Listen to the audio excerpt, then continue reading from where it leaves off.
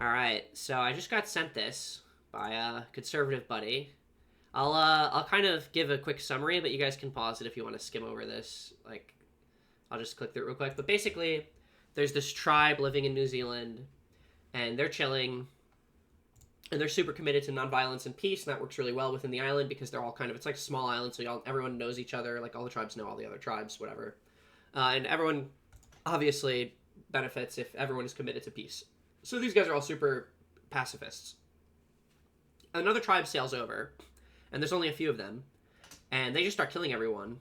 And what the elders of this pacifist tribe decide is they're like, and again, this is a claim, this is a conservative story, there's no sources provided, so who knows if this is even true, but it might as well be. It's not like a huge deal. Like, things happen in history. History is long, and there's a lot of different places where a lot of things happen. But this tribe who's committed to pacifism, they're like, we can't fight back, we're going to offer them peace again, and we will suffer whatever consequences come if they decline the peace. And then they all get eaten by these barbaric foreigners that came in to eat them.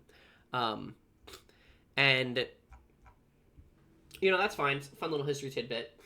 And the guy sends it to me, and I'm like, okay, well, this is, you know, Media Literacy 101. I'm on X.com.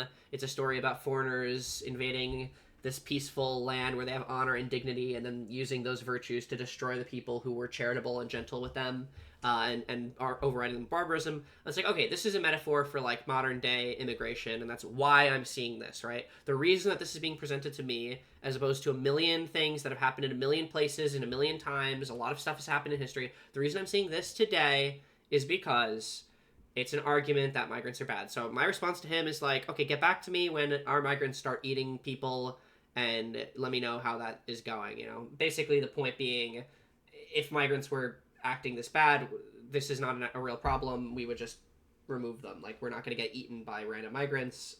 You know, it's a straw man, basically, right? Like, instead of making the argument for why migrants are bad and we should remove them or have less migrants, he's saying, like, oh, look, sometimes migrants eat people. It's like, okay, the argument doesn't really hold up, because if the migrants start eating people, then we're gonna win that fight.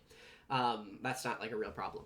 So he responds to me, and his response is really surprising and shocking. There's, like, a million, you know, ways that conservatives continue to surprise me. And today, the surprise was, why are you being political? Why are you bringing politics into this? This is just a fun little silly history tidbit. And this was shocking to me, because the author, the thing that he linked me, they say, you know, this is like, I don't even know what to call this. Welcoming foreigners is your custom. Prepare the ceremony of peace and friendship. But my nation also has customs. If we want someone's clay, we eat them and take it. My cooks shall prep the seasoning. Let us all act according to national customs. So they're kind of pulling in culture. They're pulling in, you know, foreigners. They're pulling in all these themes that I'm talking about. And this is like your media literacy needs to be in the dirt to not immediately understand that this person is making an overtly political message. And then if you weren't able to get it from this one, the caption, sorry, I'm sick. The next caption in the thread, you know, if you missed this, you know, media literacy of a dog, you might notice the last image. He says, someone someday may well write a history of Europe that looks a lot like the history of this tribe that got eaten by foreigners. And it's like, this isn't political propaganda. This isn't political. This is political punditry. This is like explicit, overt political punditry. And this guy's arguing with me. No, it's just a fun history tidbit. I'm like, why do you think that this appeared on your stream? Why are you sharing it with me? Like, how do you feel about unknowingly consuming and disseminating political propaganda? It's like, this is just impossible. Like, there's just no shot he genuinely believes this. And then the next thing I hit him with, and this is just bizarre, is the guy, he's constantly talking about how the elites use media to manipulate the masses and to mind control them using media, that you live in a constructed reality and you wouldn't be able to know the truth because you've never, ever even interfaced with it. That the entire confines of things that you can think about are entirely encapsulated by the simulated reality where all of your external stimulus comes from, right? And you can't think of an idea that's outside of that simulated reality. And that's his thesis on how the elites mind control the masses in order to, you know, think that gay people are okay, or that global warming is real, right?